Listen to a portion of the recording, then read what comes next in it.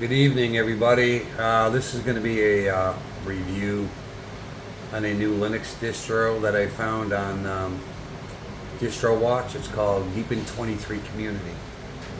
Now, this is based off of this is built off of the base D-band tree. Okay, it's actually, as you can see,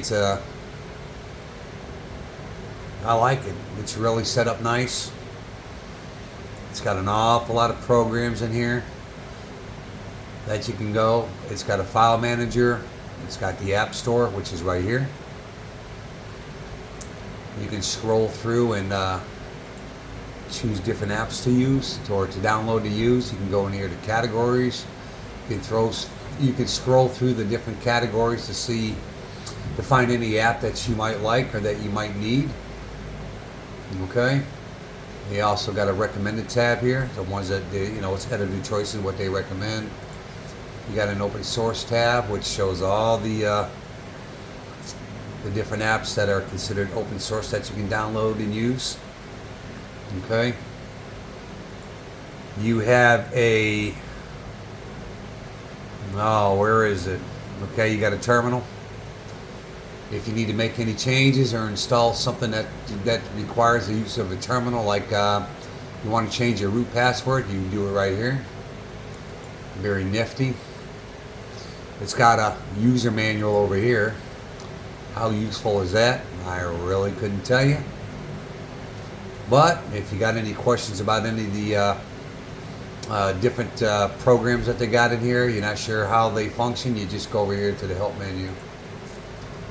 Alright, and over here, we got our simple power. I wanted to log out, log in, hibernate, suspend, reboot, shut down. It also has this nice system monitor. This is what I really like. Now this system monitor, it gives you, show you all the programs that are up and running, how much CPU they're using, memory, upload speeds and download speeds on it. Okay. You got a graph of your CPU usage. Okay, these are all the different processes that it monitors. Okay, and you probably have the same thing. It shows how much memory you have installed and how much is currently being used percentage-wise. I'm only using 16.1, 16.2%. It also shows you your disk read and write speeds, which is pretty nifty. Okay, it's got all the different services that are running, whether they're running or they're inactive. This is kind of like what Windows has. Okay, and this is everything about the user, what programs are currently running in the background. Pretty nifty. Okay, you got your computer over here. It's simple. Desktop videos, music, photos, document downloads. These are different files. Kind of like what you would find in Windows as well. Okay, shows you what's currently on your disk. This is your root disk right here. Okay. It's not bad at all. It's actually really, really, really nice. It's well themed. I mean, I like the layout in general. Okay, you have your control center over here.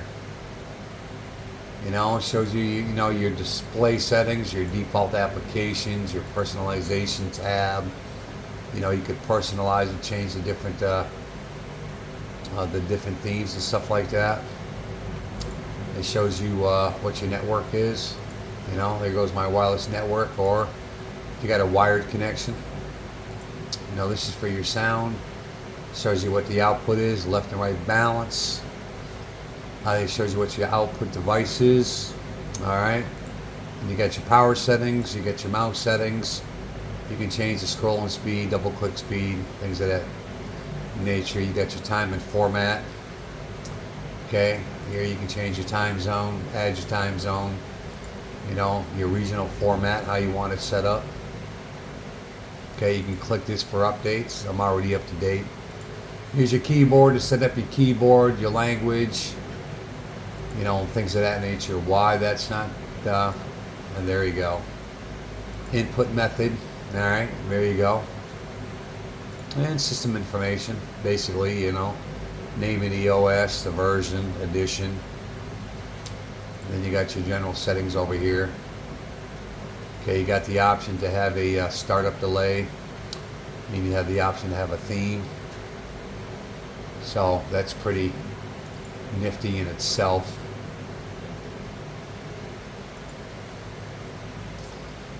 And like I said, it's not really a bad. This is your multitasking view. You got 4 different desktops you can work on.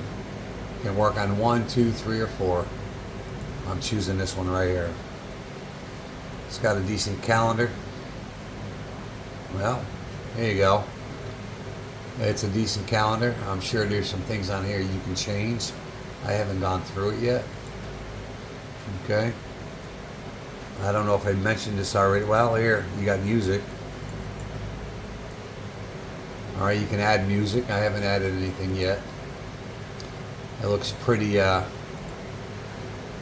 looks pretty nifty. You got a calculator. You know, do your added, subtract, multiply, and divide. That's really nifty in itself. You got the old trash can. Said this would be your app launcher. This shows everything that you are currently using or that you access. What I like about this is you got a whole suite of LibreOffice. The writer, the basic calculator to draw, the Office, the math, and the Impress. Now, a lot of distros out there, Linux distros out there, you don't even get any of this. You might get one. But, you know, you can, depending on what distro you have, you can add it on. You know, you can go to the LibreOffice, I think it's LibreOffice.org website. You can download their suite of programs right onto your distro, you know, if you'd like. Or you can go through a package manager and find it. Okay. So now that brings me into 2 issues I have with this. Now, this being Debian based, I'm always used to using what they call Snaptic, I think it's pronounced, package manager. What I would do, I would log in, find a program that I want, install it. Simple as that. But the problem I have with this one here is when you load it up and you put your password in here, let me show you.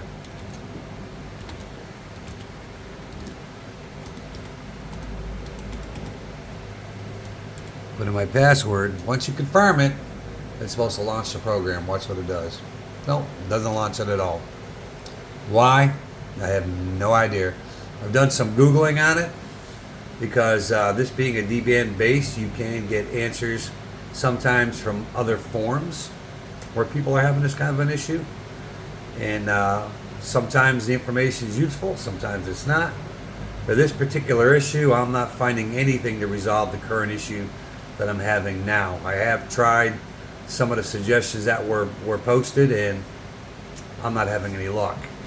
Another problem I have, and this is a big one, whenever you're running any particular operating system or distro, in this case for Linux, there's like, I guess there's like 300 different distros out there. Okay? The one thing that is a must is their community support. They got a form that's actually updated and functional. So you got a problem, you simply sign up, log in, post a question, right? Let me show you what goes on with here. Now, I'm using Firefox and Chrome. It doesn't matter which browser I open up. I go to their website, all right? And I click on their form. All right. Of course, it's English for me. This is Chinese. This is English. Now, this is this particular operating system or distro, if you want to call it. Basically, what it is, it's from a Chinese group. Nothing wrong with that.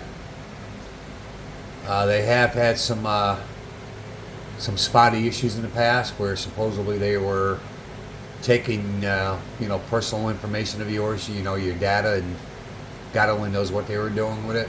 But I guess that issue's been resolved. I don't store anything on here that's really personal and important anyways, so there's really nothing to grab on my end. But anyways, if you go in here to log in, watch what happens.